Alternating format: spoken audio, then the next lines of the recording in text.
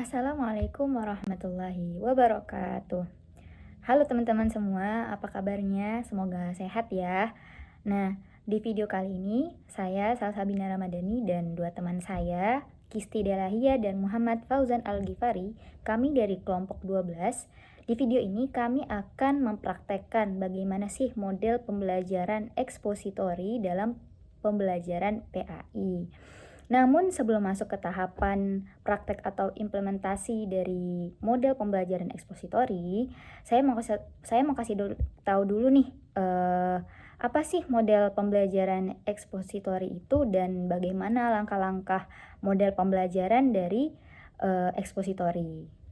Model pembelajaran ekspositori adalah model pembelajaran yang menekankan kepada proses penyampaian materi secara verbal dari seorang guru kepada sekelompok siswa dengan maksud agar siswa dapat menguasai materi pembelajaran secara optimal.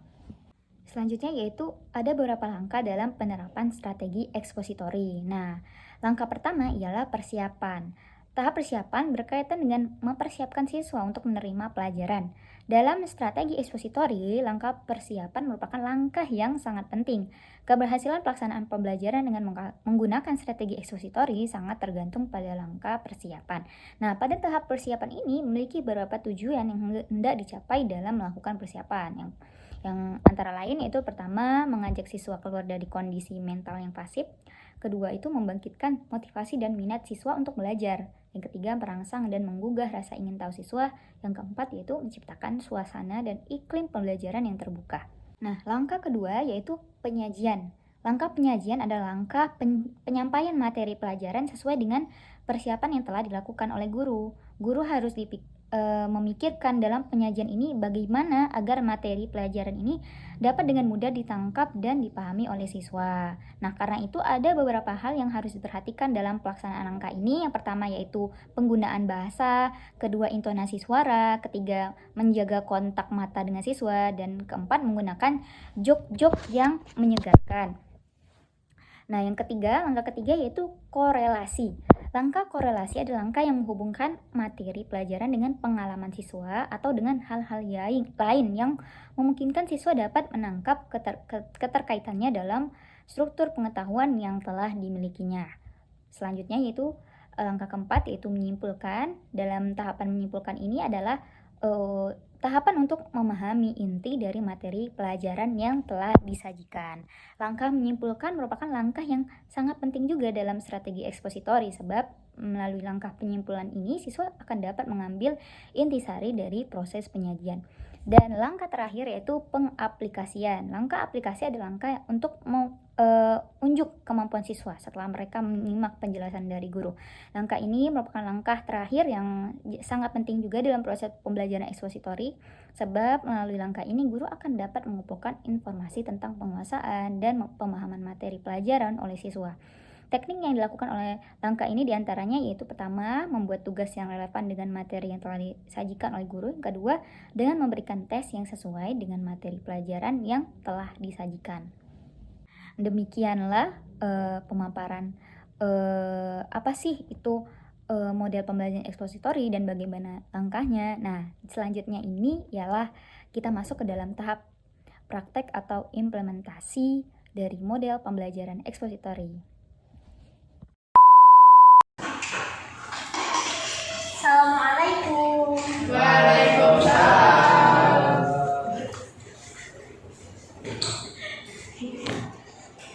Baik, bismillahirrahmanirrahim. Assalamualaikum warahmatullahi wabarakatuh.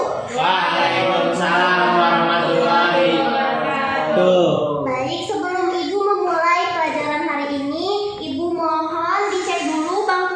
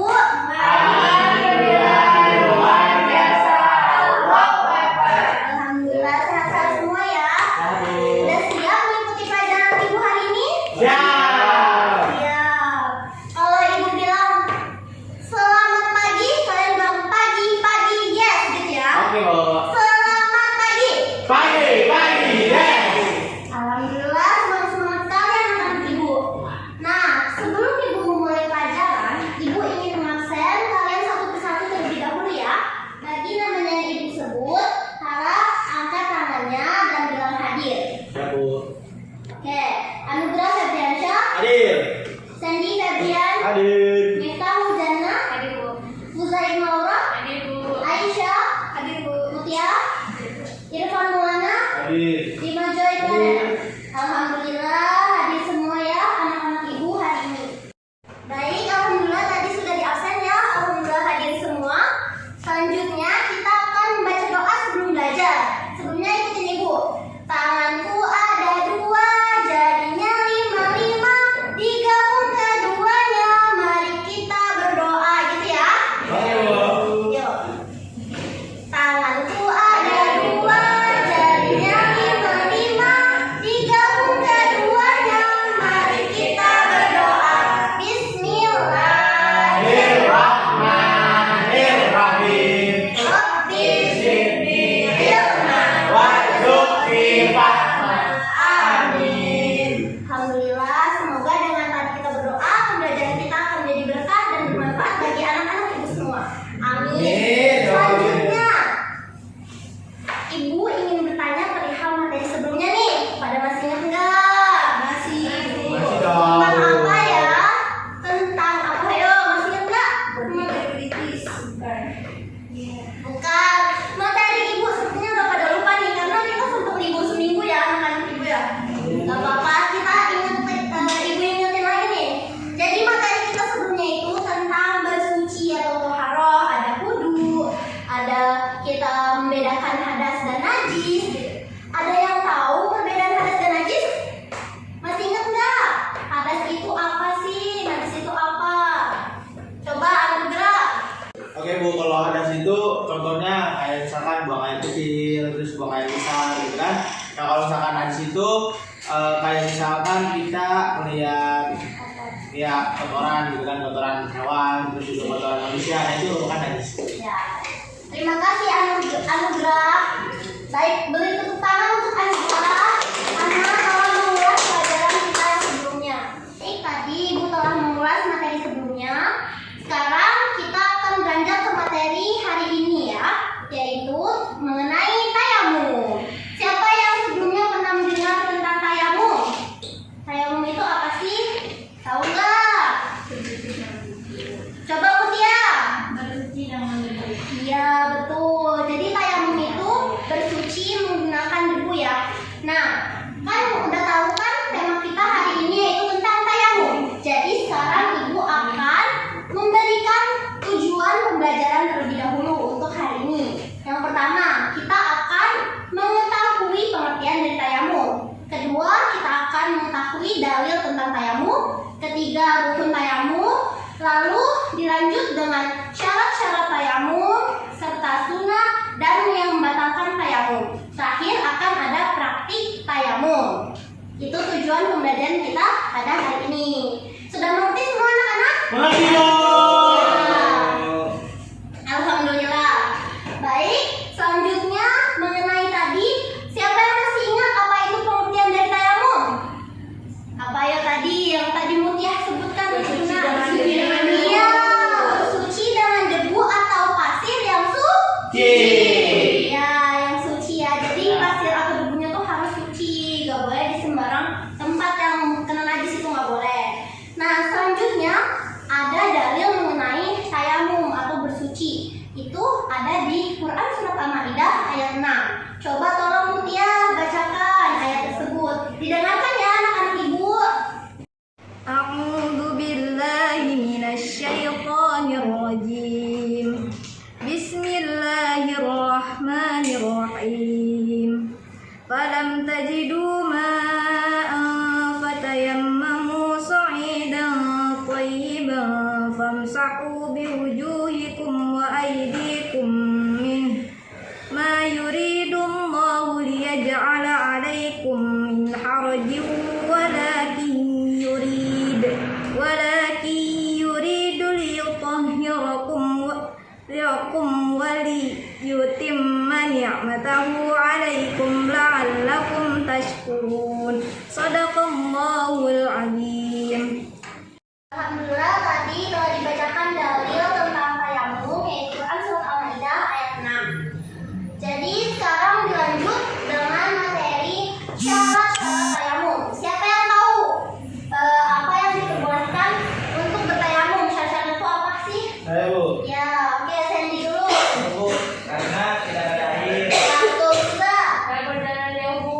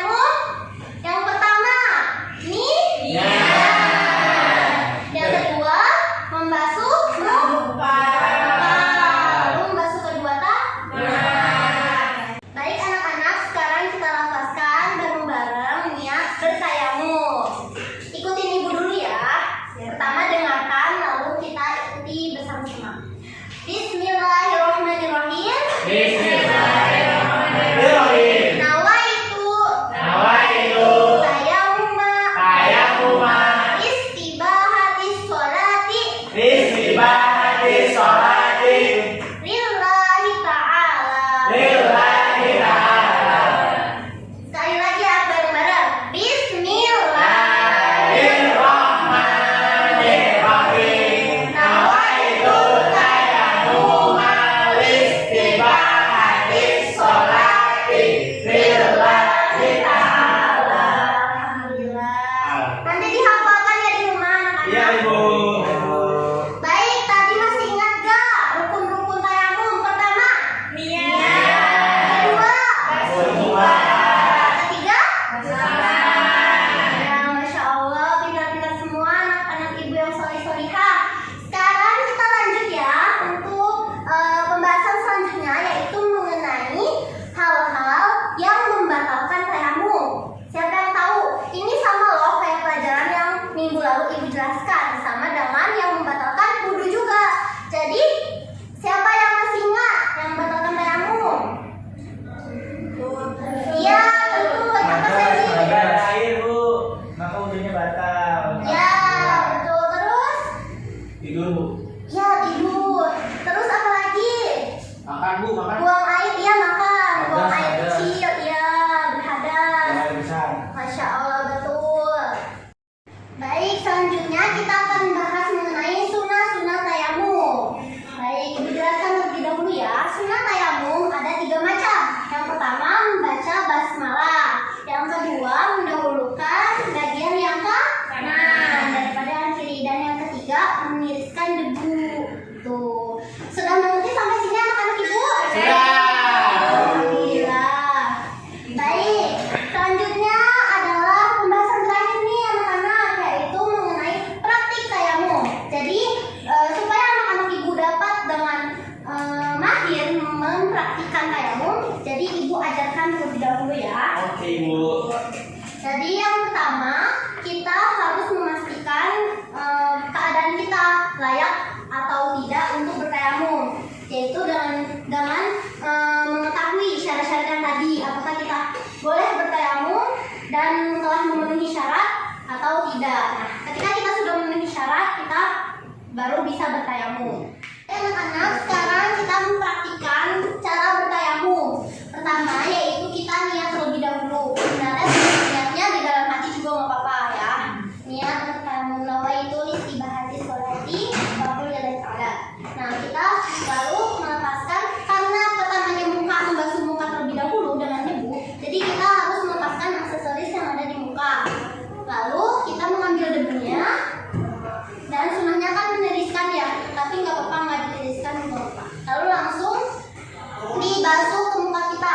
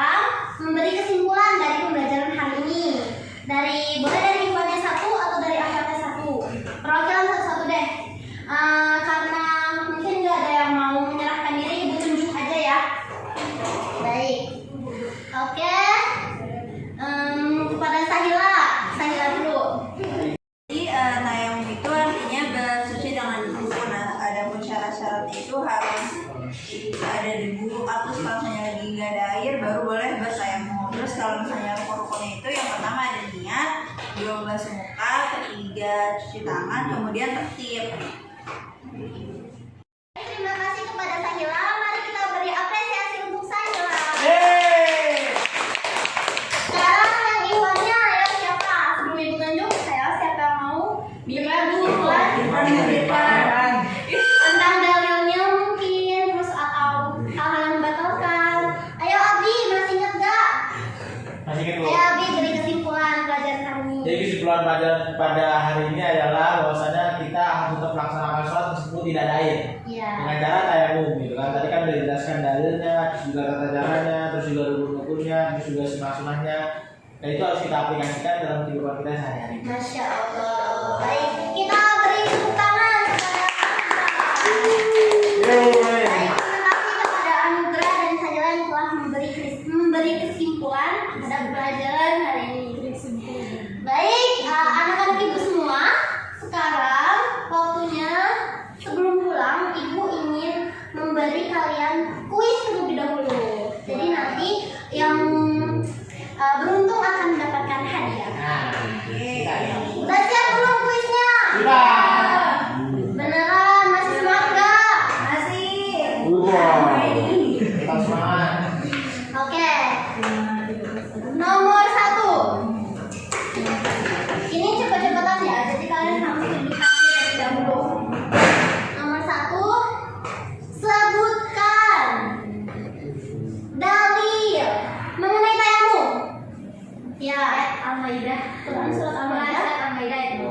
Masya Allah. Ini untuk Mutia. Ya. Pertanyaan kedua. Siapa yang dapat menyebutkan sunah-sunah tayamum? Sunah tayamum. Baik, Uza, silakan. Yang pertama membaca basmalah, yang kedua mendahulukan yang kanan, dan yang ketiga mematikan dulu debunya. Masya Allah. Benar ya jawabannya ya. Ini untuk Uza. Ya, sama-sama. Pertanyaan terakhir. Siapa yang bisa mempraktikkan tayamum di depan kelas? Ada siapa? Masa nggak ada yang bisa? Anak-anak ibu. Ayo. Oke, beri tepuk Jadi yang pertama kita jangan lupa baca. Nawaitu tayammum istibah hadis sholati fardholillahi ta'ala. Terus ambil debu. Ya, ambil ya. Iya, benar. Terus di apa namanya? Diri ya. Terus disaringkan langsung buka. Iya. Sekali. Ya, sekali ya. Iya, Dan itu ambil debu lagi. Terus ini lagi. Terus itu baru tangan. Dari tangan kanan dulu. Iya. Nah, itu baca alhamdulillah. Baru kita boleh sholat. Alhamdulillah. Benar ya, Nak? Terima kasih kepada Anugerah. Mari kita beri tepuk tangan. Ini hadiahnya ya. Baik. Alhamdulillah, anak-anak ibu udah pinter-pinter semua ya. Ingat jangan lupa catatannya nanti ibu periksa minggu depan loh. Harus Siap, lengkap Bu. ya catatannya. Baik, sebelum ditutup, ibu ingin mengucapkan terima kasih kepada kalian karena kalian hari ini udah sangat semangat. Lalu ibu ingin sebelumnya ingin bertanya dulu nih, sebelum ibu tutup, ada yang ingin ditanyakan nggak dari pelajaran ibu hari ini? Jelas semua? Alhamdulillah, kalau jelas. Jadi ibu kasih PR ya untuk pertemuan minggu depan. PR-nya nggak banyak kok. Jadi PR-nya jangan lupa ditandai nanti ya di bukunya. Jadi PR itu di halaman 59 uji kompetensi 6 nomor 1 sampai 10 soalnya pilihan ganda. Pada suka kan? Nah, jangan lupa dikumpulin ya minggu depan, oke? Oke, Ibu. Oke. Jadi alhamdulillah setelah usai pembelajaran kita hari ini, jadi sekarang kita berdoa bersama lagi yuk.